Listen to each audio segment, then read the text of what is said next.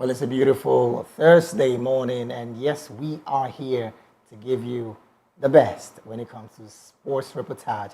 A very good morning to you this beautiful Thursday morning, the 16th day in the month of May 2024. David Edwin, right here, giving you everything you want to know. It's Sports Republic, and this morning is going to be a beautiful, beautiful loaded package because, yes, it's it's one of those days that you want to ask yourself, okay, so what then happens with the Super Eagles now that every other person looks so prepared?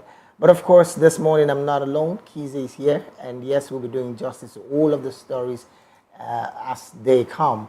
And we urge you to stay here with us. And yes, if you haven't clicked on the subscribe button, do that right now on YouTube. We are at Voice of the People TV on YouTube, and on all other social media platforms, we are at VOP TV Live. All right, let's get to the stories almost immediately. Yes, you know, like I said earlier, Kizzy is here, and we'll be doing justice to that. But then, let's let you know that, of course, CAF has appointed referees for Super Eagles World Cup qualifiers against Benin Republic and, of course, South Africa. Now, Chadian official Al-Hadi Alao Muhammad will lead the officiating team as the Super Eagles face South Africa's Bafana in the crucial 2026 FIFA World Cup qualifying match. With over 12 years of experience, Muhammad brings expertise from international tournaments such as the African Cup of Nations and, of course, other club games in his country. Now, joining him are officials from Sudan, Sao Tome and Principe, and Chad to ensure fair play during the encounter scheduled for 8 p.m. Nigerian time on Friday, 7th of June. Now, meanwhile, Ethiopian referee Balmak Tesema Wayisa will oversee the day forward clash between the Nigerian Super Eagles and the Benin Republic's Cheetahs, supported by fellow Ethiopian officials and a team of assessors and commissioners. It's really, really going to be a big, big game for the Super Eagles. Well, moving on from there on, let's also let you know that South Africa's coach, and I'm talking about Hugo Broos. Yes, when I say South Africa's coach, I'm talking about the senior team of South Africa. That's the Bafana of South Africa. Head coach Hugo Broos has named a 36-man preliminary squad for next month's 2026 FIFA World Cup qualifiers against Nigeria, Super Eagles, and Zimbabwe. Among the notable names listed in the preliminary squad are Themba Zwane, Percy Tau, Rowan Williams, Evidence Makupa, and Tohobo Mokoena. Of course, you know the South Africans will be guests of the Super Eagles in New York on Friday, June the 7th, 2024. Now, the 1996 AFCON champions will then return to host Zimbabwe at the Free State Stadium in Bloemfontein on Tuesday, 11th of June, 2024. Now, the final 23-member squad will be announced in the next few days. Well, at the AFCON 2023, the Eagles edged Bafana. Let's put that into perspective as well. On penalties, after 120 minutes of regular football time, it ended 1-1, and South Africa occupies second place on 3 spots as it stands. And of course, the Eagles are third with 2 points in that particular group. Interesting times are here. June the 7th and June the 6th, I beg your pardon, is here. It's upon us. Are we ready as a nation? Is Super Eagle ready as a team? Is Finidi George ready as the coach? Well, time will tell. Kizzy, a very good morning to you this morning. Yeah, good morning, David. Thank you for having me. Well, again, everybody seems like they're preparing. We are the only ones that is not looking like we're preparing. What do you make of that? How do you mean preparing? In terms of preliminary squad number, South Africa has publicly made known their 36-man squad as it stands. The NFF has not said anything. Finidi George has not officially said anything, even though we see some reports about some players being earmarked for that game. Let them calm down. We are coming. we are coming. We are coming gradually, actually. But I don't think it's a problem. You think so? There's no date that has been stated that before now and now you need to do this. So right. We are coming. We are close. June the 1st, the camp officially opens. Do you see? Isn't it well about time that Nigerians get to know that, okay, these are the players that most likely would be making the squad? I think the last list we saw was according to some sources. Yeah. And that list, I think it's a speculation actually, but there's an atom of a truth in that list. Okay. So I don't think the list is a bad one. Do you see 80% of the squad under Pesero still making this particular squad? I think it's about Finidi knowing what he wants for himself. We talk about this oftentimes. Right. Finidi needs to give us a different style. He needs to put us on the edge to show that, yes, we are good. He needs to dominate games. We need to be fantastic on the pitch. We need to be just out there. People need to understand that, yes, this is the Super Eagles we are playing against. We need to have that fear. Right. I mean, we've lost it. Yeah. And then the fear factor you mentioned, CAF has come out to give us Chadian official, Al-Hadi, Alao Muhammad. What do you think? Do you think that's going to be even fair on Nigeria and South Africa? Because, yes, these are two different areas in African continent, and then you're bringing a Chadian official to officiate that game. I don't think it's a problem. See, if I'm better than you, I'm better than you. I think we shouldn't focus on that. Where is this confidence coming from? No, it's just what it is, right? If you're in this game, I mean, and you're playing against a side who you feel they are a threat, you need to up your game. Right. So playing against the South African side is a crucial one. We know how big it is. All we need to do is just be out there, get the right selection, get in the right players, just have a great team, and then you're good to go. So I don't think officiating will be an issue. Don't forget, again, it's been played in Nigeria for a start, so why not? I think we have all it takes to get the result. All right, we should have all it takes to get the result. But from there on, let's move to another story where the Black Starlets of Ghana kicked off the Wafu Zone B on the 17 championship campaign in style with a commanding 5-1 victory over Cote d'Ivoire on Wednesday. Now, Joseph Nabi's brace, along with goals from Godfred Sprapong, Have Gava, and Makakewa, secured an impressive win for the hosts in Group A. Now, Nabi opened the scoring in 27 minutes and, of course, added a second just before halftime, while Sapong's volley extended Ghana's lead early in the second half. Despite a consolation goal from Cote d'Ivoire, Bafa and Kagawa sealed the emphatic victory. Now, today in Group B, actions resume with Nigeria's Golden Eagles facing Burkina Faso. Now, the tournament serves as the qualifiers for the Under-17 AFCON. The Starlets starting so brightly, 5-1 against Cote d'Ivoire. Does that look like the Eaglets of Nigeria should be worried? We're always very good when it has to do with the junior category. Cadets football. Yeah, we're always that amazing. So I think we didn't see that in the African Games. Yeah, we might not say that, but I'm talking about generally when you go by counts. Right. On the net, we are just out there. We are usually the best. So I think Manu Gaba has got a job to do. The AFCON Under-17 is a very big phase. We need to clinch on it. All right. So we need to just try our best to. I mean, I feel like if you want to be out there, it starts from now. Right. If you want to be on your top, if you want to be at the top, better word, and you want to own the tournament, you need to start getting results now. Start producing good results. I'm still bothered about selection of players. I don't know how they make. I don't know what the criteria and what. I don't know what is being put. Well, the good part is CAF has confirmed all 20 players of the Golden Eaglets as very young for that age, not us having to field in over. No, it's not. I don't think it's about the young. I know they've given us some warnings about age. Oh yes. And some of our players are actually old. But I'm looking at it from the other part of selection. Where does these players ply their trade? Which of them? We've seen the NNL, how it's been advanced. Yeah. The NNL looks very highly competitive now. People can look into that league and say, yes, we can pick from the Ikorodu Stars, the Stormers, the what they call the Beyond Limit. Yeah. So you can get all of those players from this. So I don't know what Emmanuel Gaba put in place. I don't know how he made this selection. I will need to see a different style because the last I saw about these Under-17 guys, I wasn't really impressed, even though the result was coming. But I think what they were playing against the side that were not ready. Don't you think it's just them being young and playing as young stars that they are? Not about being young. Dominate game, own game. Football doesn't have to do with age. If Foden is how old, or Kopama is how old.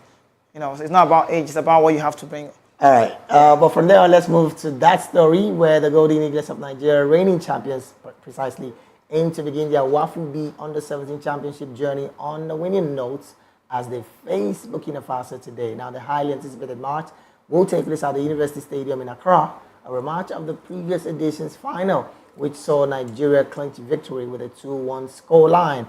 Led by experienced coach Manu Garba, the team is optimistic about a successful campaign, with Garba expressing confidence in his players' ability following intensive training in Abuja. Now, the primary objective of the Golden Eagles is to secure a spot in the African Under-17 Cup of Nations, kicking off scheduled by 4 p.m. Nigerian time today.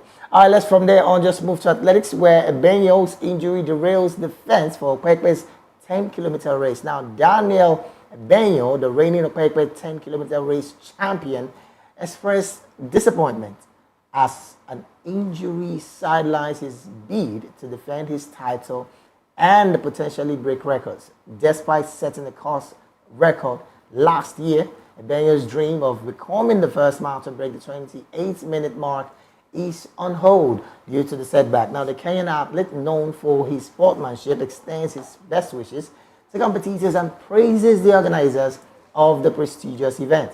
Now, as the 10th edition approaches in May 25th in Edo State, Nigeria, organizers promises another world-class race, reinforcing Okpekpe's status as a premier international event in West Africa, certified, of course, by World Athletics. Now, you've spoken so highly about this race. The 10th edition is going to be this month, like next week precisely. What are you expecting? Good race outing. Good race outing, of course.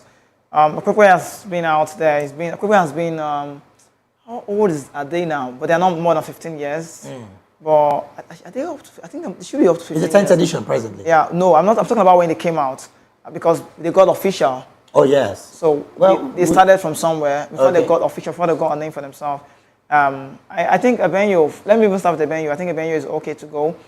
He trains very hard. I watch him well. Well, his injury is not going to allow him this I just don't know how he wants to cope with this. But this one is about the world coming together as one in our home ground. So I love to say anytime I talk about a Okpekpe race, you could just Google your phone and check top 5 race. Okpekpe is popping up, and I think they've done well. Well, they've done well for themselves, and that's why they are presently recognized by World Athletics. Now, from there on, let's just come back to football, where Egypt's manager, Hossam Hassan, has refuted media reports suggesting a strained relationship with Mohamed Salah as they prepare for the 2026 World Cup qualifying campaign in June. Now, addressing speculation in an interview, Hassan clarified that there is no record or discord between him and the Liverpool star, despite previous criticism, emphasizing the team's primary focus on securing qualifications for the upcoming World Cup event, qualifiers rather. Hassan reiterated unity within the squad as they gear up for the crucial campaign. Now, I don't know why this is coming up. Players and their country coaches are having issues. Now Hassan has come out to say, no, we are not having any issues. I think we also have the one of Finidi and the other young stars in Nigeria. All of these things, when we hear them, they are not just mere. Yeah.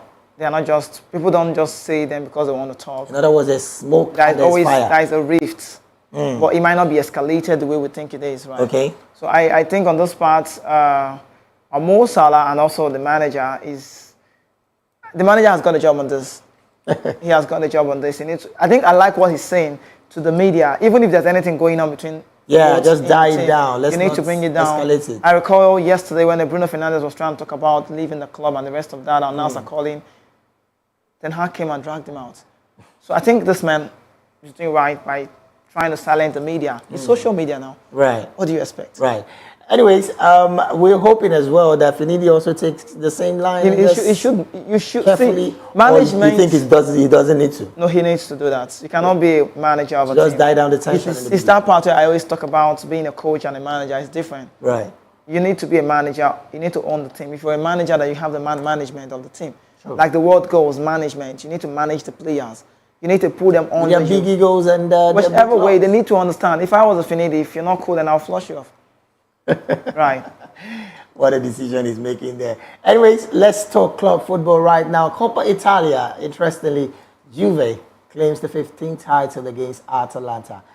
Yesterday we were talking about this and I was trying to just, be optimistic about the fact that Juventus can really, really come to the party with, the experience, which is what they bring to the fold, and that's why they call them the old lady. Now, Juventus secured their first significant trophy in 3 years with a 1-0 win over Atalanta, clinching their 15th Coppa Italian title.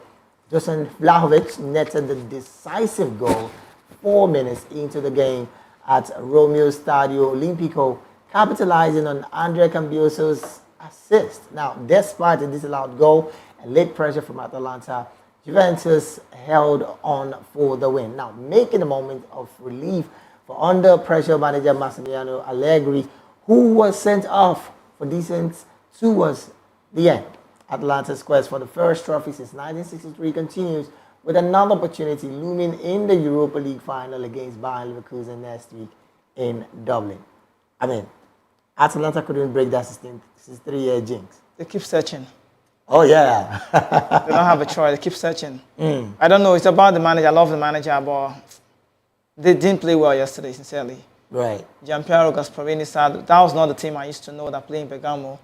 They were so shallow yesterday. It was about Juve, who is struggling, dominating them, and what have you. But was it about the mentality of the fact that let's try and win the Europa rather than... It's not a mentality thing. I think experience came to the play. Right. Experience came to play. Right. Juve have been here before. You could see that 15 times 15th. Against this Coppa Italia. They know it well. They play it every year. Atalanta clubs. just barely come and go off. So I think it's about owning the team. Right. A Juve side who struggle even with the Lecce, struggle with Udinese. Surprisingly. Got yesterday playing against an Atalanta who is a scoring side. I'm so sorry for them, though. That's what that's what comes with football. I mean, it's just like biscuit, like I always say. You don't know where it's going to break from. But then let's just move from there on and talk about another club that a lot of persons are seen as rejuvenated at this time. I'm talking about Chelsea Football Club. Now, Cole Palmer's goal in Wednesday's 2-1 victory against a Brighton side that also is struggling brought him level with Frank Lampard's iconic goal-scoring record at Chelsea. Now, the young talent opened the scoring for Chelsea in the 34th minute, showcasing his impressive form in front of the net. Palmer's achievement is significant, and he equals Lampard's career-best goal tally for a single Premier League season. Now, in this debut season with Chelsea, Palmer has now amassed Lampard's feat of 22 goals in 33 Premier League games and 27 goals in 47 games across all competitions. Cole Palmer, what do you say of this young man? Amazing. In a short word, amazing player. Cole Palmer is exceptional. Cole Palmer is sensational. Cole Palmer is just Chelsea. I mean, some persons will say he single-handedly took Chelsea to where you they are. You cannot take him off. I will not agree. I don't always like to talk about that, but he's Chelsea. He's a Chelsea player. Right. And if it wasn't a Cole Palmer, Chelsea would have still stood out. But I think his goal tally is crazy. His goal is the reason why, even if at all, Chelsea meets up with Tottenham loses to Sheffield, I'm just saying. Right. And Chelsea wins their last game against, I think it's the Bournemouth. No, Brentford. The Brentford? Okay, Bournemouth is for what side? What club played Bournemouth? I can't recall, but the last game, if Chelsea plays that game, it means even if Tottenham loses, the goal difference is much. Very. The goal difference is much than Newcastle. The goal difference is more than Man United. It's more than Tottenham Hotspur. So, and all those goals is a Cole Palmer thing. Manchester United is -3. Let's not even go there. But then, let's still give you the story of Manchester United. Well, yesterday, manager Erik ten Hag has emphasized the club's determination to retain captain Bruno Fernandes following the midfielder's expressed desire to stay at Old Trafford. Amidst reports linking Fernandes with Inter Milan and Bayern Munich, United is reportedly open to offers for most first-team players as part of a squad rebuilding efforts, excluding promising youngsters. However, Fernandes remains a pivotal figure, and he would require a substantial offer to sway United into considering his departure. After a standout performance in United's 3-2 Premier League victory against Newcastle yesterday, Fernandes reaffirmed his allegiance to the club during an on-pitch interview, underlining his commitment to the club. Well, I don't know what to say about the game, but Manchester United won. They won at Old Trafford. It's a team that knows that everything is wrong. If you watch the conference, if you watch it when Bruno was talking, right. I think he was saying a word to the media, the man, and the manager dragged him off. Ten Hag had to drag him out.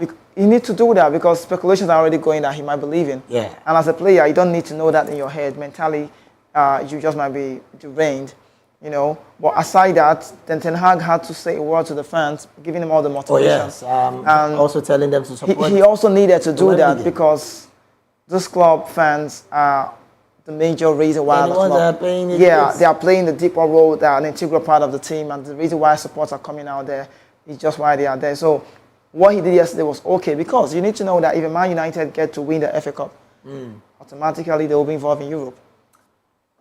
Hopefully they get to win tomorrow.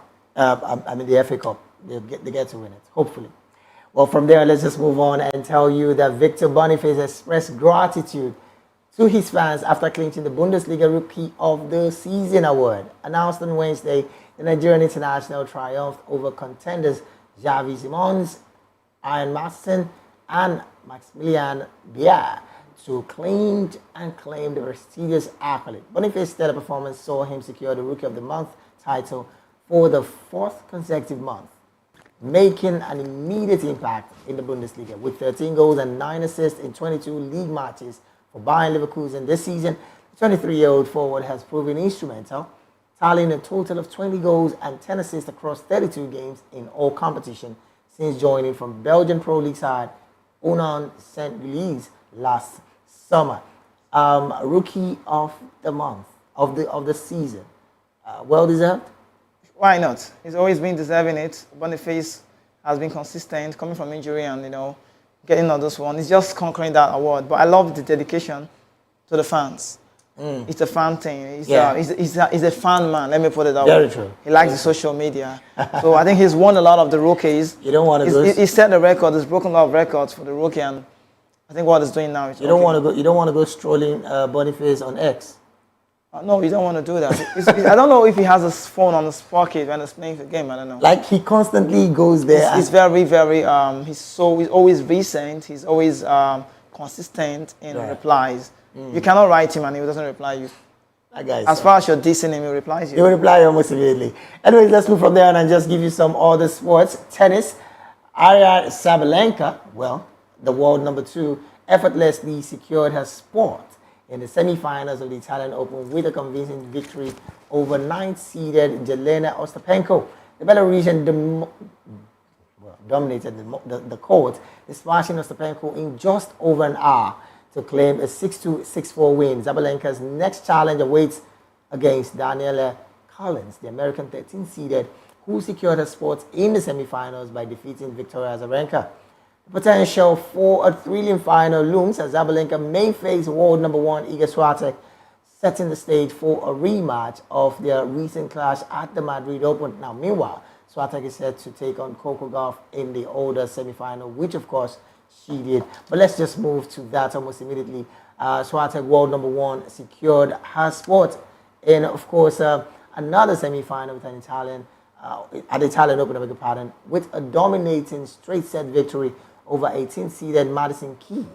The 22-year-old Pole, aiming for her 3rd consecutive title in Rome, showcased her prowess on the court, wrapping up the match with a commanding 6-1, 6-3 win in just over an hour. Swiatek's impressive performance sets the stage for a potential historic achievement as she aims to become the first woman since Serena Williams in 2013 to aim back-to-back singles title in Madrid and Rome in the same season. Well, would that be a dominating season for Swiatek if that happens? She would get on that record. She would break that record. You think so? Yeah, she is. She's still young. She's just like the next thing. I like to call her the next big thing. A Pole lady who should have known that the Polish has got this in store. I was actually rooting out for Ons Jabeur when I started watching her play the Tunisian at the start, but this lady now, Ons Jabeur looks a bit. She's been off for a while. She's been off for a while. Aside injury, though. Yeah, aside the injury, she's been off for a while. But you talked about the early one. What's the first one you said? Ostapenko losing Arina Sabalenka. Big one. Arina is big always. She has presence. Everybody knows how Arina can be. But aside Arina Sabalenka, bringing again playing against Daniel Collins. Daniel Collins, the American, is also another person that knows the court. You don't want to play with those young So, stars. but I think Sabalenka will get the result. Then for Coco Gauff, we want to see that come to play. Okay. I'll still telling you tennis. Andy Murray secures a spot in the second round of the ATP Challenger event in Bordeaux as opponent Krian Jacquet retires at the start of the second set. Now, Murray, leading 7-5, 2-0, saw the Frenchman ranked 219th globally withdraw due to undisclosed reasons. Now, despite the premature conclusion, Murray, celebrating his 37th birthday, received warm applause from the crowd who serenaded him with happy birthday. What a beautiful one. 37-year-old getting, well, he was 37 at the day of the game and celebrating. What do you make of that? Birthday is something celebrating now. Why not? It's good to see that happen. But all these names you call are big, big people. So let them just enjoy themselves and do what they know how to do well. Well, let's move from there on to golf, where Rory McIlroy is ready for the US PGA despite divorce filing. Now, this man is not resting anytime soon. Rory McIlroy had missed filing for divorce on Monday assets his readiness to compete in this week's US PGA Championship at Valhalla. The Northern Irishman, age 35, submitted divorce papers from his wife of 7 years, a record, shocking the golfing world with the timing of the announcement. Now, despite the personal upheaval, McIlroy, currently ranked second globally, arrives at the Kentucky course with confidence and momentum, having claimed victories in his last two PGA Tours events. Now, whether or not divorce is happening, he's still on. Yeah, he's still on the PGA. I think Rory McIlroy is being focused. He's been a professional that we know he is. He's not even taking back. Well, it's not like he's not. This is not affecting. Right. It should affect a man anyway. But at this point, I think what he needs to do is just get focused, play the game. Everybody's waiting. We are waiting to know if Rory McIlroy will be devastated. But he's trying to be the man with the A game and like, no, I'm not sleeping anytime. Interestingly, he's the one that is filing for divorce from America. Yeah, but initially it was the wife doing so. Right. But later on, He chose I think he got choked and he just wanted Don't you think that happened at the mutual consent? They say we should not talk much about it. It's people's lifestyle anyway. Very true. You just have to know how much your limits are. But then let's move from that golfer to another golfer. And we're talking about the legend himself, Tiger Woods, being favored for Ryder Cup captaincy. Now, Tiger Woods remains the frontrunner to captain the United States at the next year's Ryder Cup. Yet the decision rests on his commitment level. Discussions between the 48-year-old golf legend and the PGA of America will persist post the US PGA Championship at Valhalla. Woods indicated potential challenges in balancing his involvement in negotiations between the PGA Tour and Saudi Arabia's Public Investment Fund, raising doubts about his availability for the leadership role against Europe at Bethpage in 2025. PGA of America CEO Seth Watts emphasized the importance of allowing Woods and the committee sufficient time to deliberate on the matter. Woods being the Ryder Cup champion. Tiger Woods is exceptional too. I think he does not want to.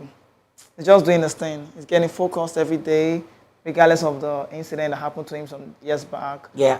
And not making a move. He would not want to hear you talk about the Leaf Golf. So he's just standing strong with this one. Oh, well, we're hoping to see Tiger maybe not return really actively, because I know he might just not get actively active in golf as he used to before now.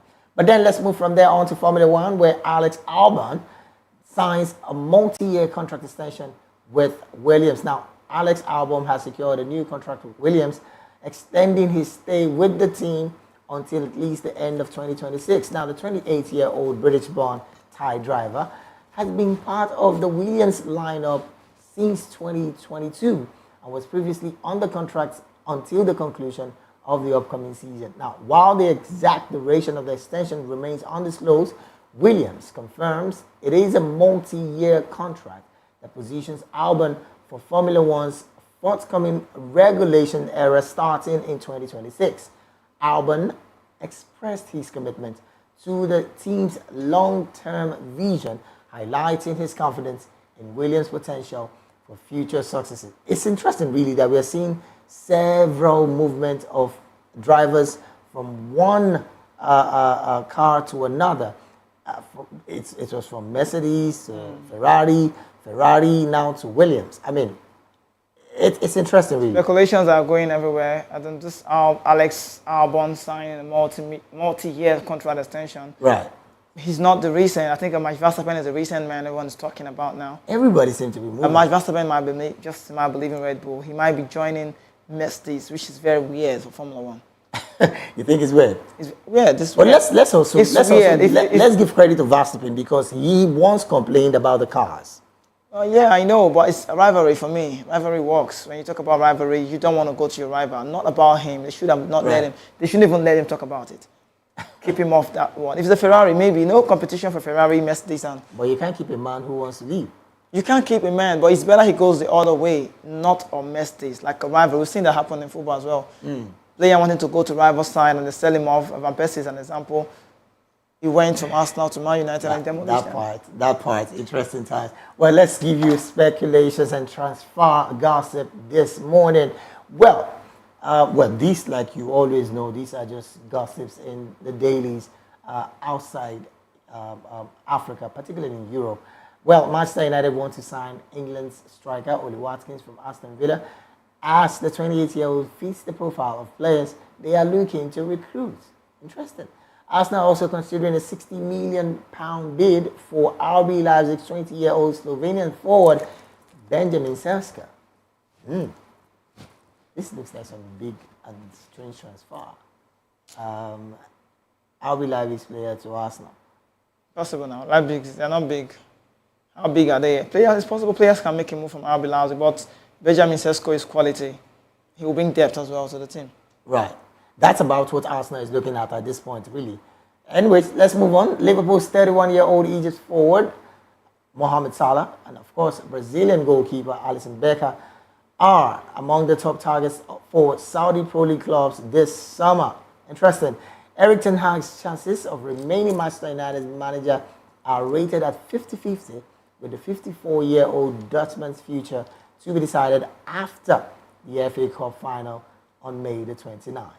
Well, again, still talking about Manchester United, Thomas Tuchel, who is on Manchester United's short list for potential replacements for Ten Hag, is in talks to stay at Bayern Munich, having been set to leave at the end of the season. I saw this news yesterday, and I was just asking myself, is Bayern really serious to wanting to let him go at home? They've said it to the media before now that they want him to go. But Thomas Tuchel leaving for any other club, he's a good manager, he's a top manager, he's shown class. Everybody wants a Thomas Tuchel. He has not lost it. People think he has lost it, but he has shown us some desire by the end of the season. But even without that, that's why it's Europe. Everybody knows that Thomas Tuchel any time in the day would be a good manager. But the question is, what club does he want to go to? You need to go to a club that would favor you by your style of play, and the club that has the kind of players that you want in a club. Now, let's look at the clubs that are presently gunning for him. Majorly, Manchester United, if they let Ten Hag go. Does the Thomas Tuchel style of play fit? He would bring in what he has. That's what manager does. That's what manager do better. What you come in and you bring in what you have to offer to the team, and make sure there's a clearance, like a massive one. Because you need to get off some players in Man United to get a Thomas Tuchel style. If he will be the one. But if he stays at Bayern Munich, that means he's going to have an improved contract. Right. Bayern Munich is having a rethink because they've seen that this man might be missing out and will foolishly spend more money. Is that it, or is because some managers are rejecting their offer? Not that. Because we know two already have done that. It's not even ideal for a manager to come within a short period and you're letting him go. He's a German, actually. He's a Bayern. He knows Bayern very well. So letting him go has never been an option for me. So I knew that if you just show them some style of play that is quite different from what he has showed us, then why not? At least playing against Real Madrid, we saw different to Thomas Tuchel. Very true. Aside the mistake he made. Very true. Anyways, let's move from there on and let you know that we will be going on a very, very quick short break. But when we return, the games played yesterday will be what we will be looking at. Did Chelsea really show that they have rejuvenated from their dip in form before now? Or did Manchester United prove to their fans that they have something to prove come May the 25th at Wembley. All of this we would get to talk about when we return after this break. Stay with us.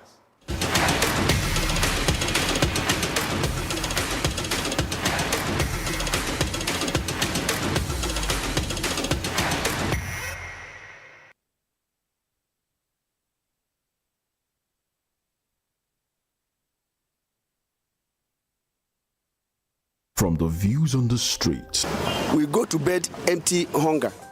to the blaring horns of a hustling city, the loudest voices of the common man got a medium to be heard. This particular administration, they were coming unprepared. It's not a bad thing to renovate the president's lodge. Through top-notch programming, unbiased reportage of news, sports, business, entertainment, and cultural documentaries, Voice of the People 90.3 FM became a symbol for 21st century media.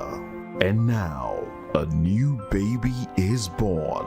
Voice of the People Television, VOP TV, youthful, full of vigor and penchant for excellence in the continent's media space, exposing the wrongs, applauding the rights, dissecting the news without fear or favor, through factual and accurate stories and contents, Corruption kills three things that makes a society.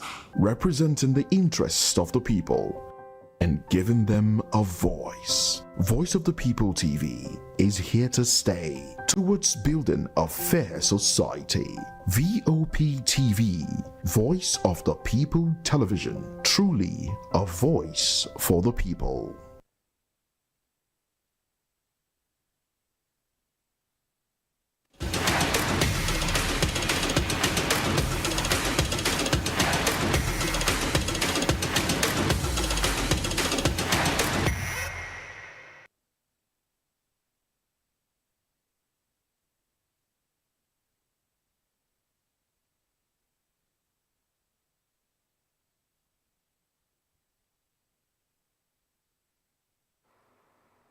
All right, welcome back. Like we promised before the break, we were going to be analyzing the games that was played yesterday. And yes, I did say that did Chelsea really showed class and that they have rejuvenated from their deep in form from the beginning of the season. They went to the Seagulls yesterday, and yes, they got an amazing victory. Even though some persons will want to say it was a bit dicey at the end. Again, I think Chelsea is really and gradually coming better by the day. They were the better side. They were better than Brighton. The goal came when what's his name? The Zerbi made some changes. You could see the header from Palmer was amazing. What a celebration! Chelsea is just the best side. Chelsea have come alive in this short period of time. Yesterday, And I think they are going to Europa. what do you think happened to Brighton? Because before now, this Brighton team was just about a team that everybody is scared of. Every top top six Brighton is making money every week, every year, every season. They're letting players By the go. sales of players. They are bringing in players, but they've got a good team. I mean, Pedro, Gross, Villa, wonderful team. But I think that what happened yesterday should be the question. Chelsea came out. Chelsea knew that everything was wrong. It was Chelsea having the desire. You could see the runs for Chelsea. They were just playing from the top. They never stopped playing. Again, I kind of ask, where did Roberto De Zerbi get it wrong with this team? Because, I mean, this is not the Brighton we saw at the beginning of the season. Brighton is not that worse like that. I mean, I think it's a different change for Brighton side. Yes, I know. But we cannot just write them off. They will always be in the Premier League. They can never be relegated. This young man got his goal yesterday. I don't know, some persons were just saying he was at the right place at the right time. And then, of course, the strike was quite beautiful. But the one that gets to worry a lot of persons is that red card. Was it deserving? Yeah, well-deserved red card. You cannot do that. If you get in on the replay, you could see that he already got off him. He knew that man was just walking off. Pedro was just close, and he had to stretch. I wonder why they even went to go check it on VAR, because it was a red for me. I could see that even without the uncheck from the outside. Watching, I mean, leg was stretched out and it was straight red. I honestly don't even know why he was even contesting it in the first place, but because... No, players do that a lot, actually. They do it a lot. They want to retaliate, but he don't know the offense will get to this way. He was thinking it was going to be a mess stuff. And do you think that is going to be a blow for Chelsea? What? You think that's going to be a blow for Chelsea? Reece James getting a red card. No, it's not a blow. It can be a blow because his return is good. He's a quality player, but you cannot say Mario Gosso have been amazing this season. You know, Chelsea will not really miss him like they've missed him before. So don't forget the season has ended. So red card, just one match he will miss for the last game. He's going to carry. They carry over, but then I don't think Chelsea had made replacement in that space. Right. You know, James, don't get me wrong, he's a good player anytime. You think Gusto had made a very competent replacement for Chelsea? Not to say a replacement. Anytime a James comes back, it's about the Reece James. He gets starts, but they can play without the James now. One person in this Brighton team that is still worrisome that is not doing well, Absu Fati. What do you think is wrong with that young man? A lot of persons actually, before he came to England, they were touting him as the new best thing. As far as quality, I've known Ansu from talking about from the La Liga, EA Sports very well. Yeah. He wore the big jersey number at some point, you know, in Barcelona. But coming to England, he came to a team that got quality side, front people up there, Danny Welbeck, you know, Pedro, and, you know, Gross, Pascal Gross, and the only thing he can do for himself is just to show the manager that I'm cool enough, I'm ready to go, and just train hard, work hard, and he's still young. He's got potential, actually. I like the fact that he said he's still young because his age is still on his side, and just give him maybe another 1 or 2 seasons, he might really pick up, as everybody is predicting. But let's from there on move on to the next game. Manchester United at Old Trafford against a Newcastle team that a lot of persons felt they were going to give them trouble. Manchester United, again, they keep conceding and conceding. Yesterday it ended 3-2 in favor of Manchester United. I really felt that Manchester United were going to throw away that lead. I felt so. United they showed hunger actually yesterday. Oh, you think so? They were hungry yesterday, but I think it's about this man, Amad Diallo. Yeah. It's about Rasmus Højlund, it's about Kobe Mino. The young players of Man United are more hungrier than the other guys. But that's something that Erik ten Hag did. I used to say that on the radio as well. I will have to analyze that game because Amrabat was amazing yesterday. Oh, yes, he really Amrabat worked.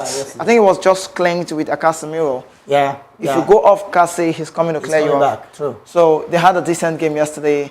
I knew, what's the name, Hall will score that last goal. But it was okay to see Erasmus from the bench, the man who you maybe don't believe. Anna, come on, man. Came from the bench and don't go his first touch was a goal. Yes, and again, I say it without fear. He's a young star that when he gets... The club knows it. When he gets prominent services, he's going to deliver. I also believe in him, but when it comes to rating him, for this season, I can rate him below par. You cannot rate him below par because he got less game time. He has more seasons to himself. Regardless, he's a player who is young. He came from injury. Look at what he's got a record for himself. Oh well. He's got a record as well. That man as well, Ahmad, is cool yesterday. Ahmad also had a beautiful game yesterday. It was about the young players. PSG yesterday. What do you make of that? PSG miss. Well-deserved victory. Our man was subbed off Murphy. They should have won the game. They should have even won to lose it the other time. So I don't know what happened, but then I'm hoping that life after Mbappe for PSG will not be PSG not becoming a force. No, they will still win games. They might still win the league on, but Mbappe's omission would show. It's inevitable. They can't get off from that memory. Mbappe, in 30 seconds or 1 minute thereabout, let's talk about Juve and Atalanta. Experience come to play, and Juve got the Coppa Italia. Yeah, it's experience. Experience has always played out in finals. So it's about the side and know what they want. Atalanta they got off guard. They got themselves off guard, and they never expected what they saw. In fact, that was just all I wanted to say. They were caught unawares. And Vlahovic, I mean, he knows how to net those balls. And yes, he took the chances. Dusan Vlahovic is hungry. That's the number 9. The man Chelsea should have gotten before now. But they never did, actually. Ahead of the... I mean, for the new season, even Ahead last of the season, Jackson. they should have gotten. Why? No competition, please. Vlahovic, Dusan is quality. All right, we got to go. That's about it. Time to say fly when we're having so much fun. And yes, we have served you this beautiful morning, Kizzy. Let's pack our bag and leave. All right, we need to go. Great show we had. All right, Thank we'll you so see much. you guys tomorrow, God willing. And of course, like I always say, do not forget to always pray for Nigeria. There is no great nation like ours. David E. saying, have a great day ahead. God bless Nigeria.